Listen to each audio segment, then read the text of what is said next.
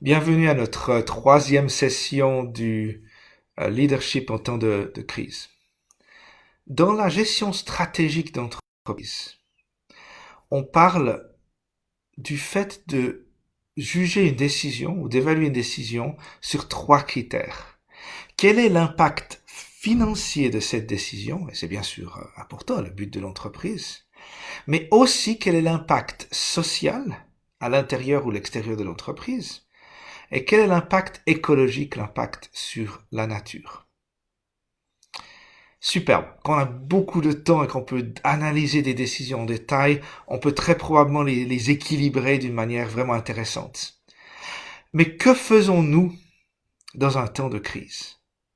Quand il y a très très peu de temps pour prendre des décisions, quand on est sur un mode de crise. Si je prends des décisions rapides et réfléchies uniquement d'un point de vue financier, pour protéger les finances de l'entreprise, mais que ça a un impact négatif sur les personnes à l'intérieur et à l'extérieur de l'entreprise, ça risque d'être vraiment difficile. L'impact sur la nature également pourrait contribuer.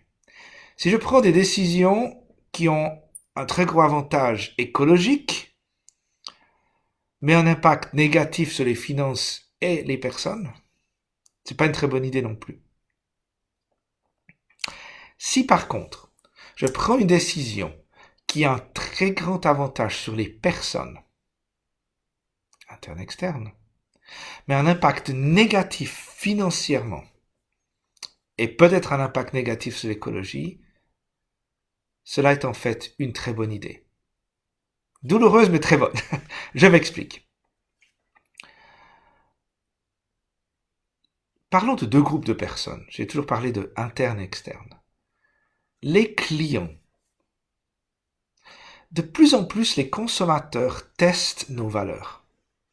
Est-ce qu'on est vraiment une entreprise éthique?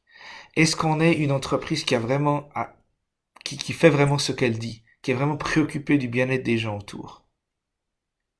Et c'est dans ces moments-là, dans des choix difficiles, qu'on peut montrer réellement quelles sont nos valeurs vécues. Mais le plus important, c'est en interne.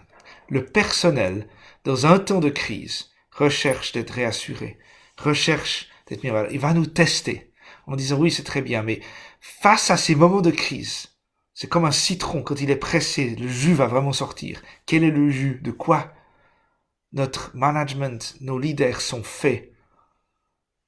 Et je pense qu'il n'y a pas de choix dans ce moment. Une entreprise, c'est fait de personnes. Et en mettant en valeur les personnes, c'est la priorité de ce qu'on fait. Dans ces moments de crise, de prendre soin des personnes, de prendre des choix en leur faveur, a des avantages énormes. Leur loyauté pour l'entreprise, leur motivation, mais aussi leur créativité, leur désir de venir et de contribuer, pas d'être uniquement sur la défensive, va faire une énorme différence. Et on en reparlera dans les sessions suivantes. Très intéressant de voir que dans les moments de crise, on est réellement testé et on peut faire la preuve de notre leadership de qualité.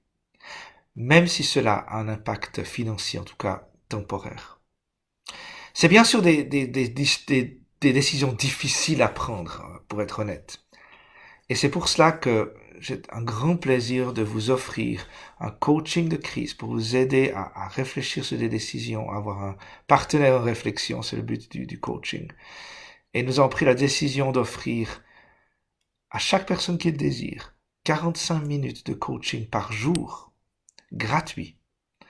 Vous venez en ligne, on se parle comme on le fait ici. C'est ce qu'on aimerait offrir à chaque personne qui le désire pour les accompagner dans ces moments de décision pas toujours faciles, dans les moments émotionnels pas toujours faciles. On se réjouit de voir vos commentaires ainsi que de se voir même en ligne. À tout bientôt.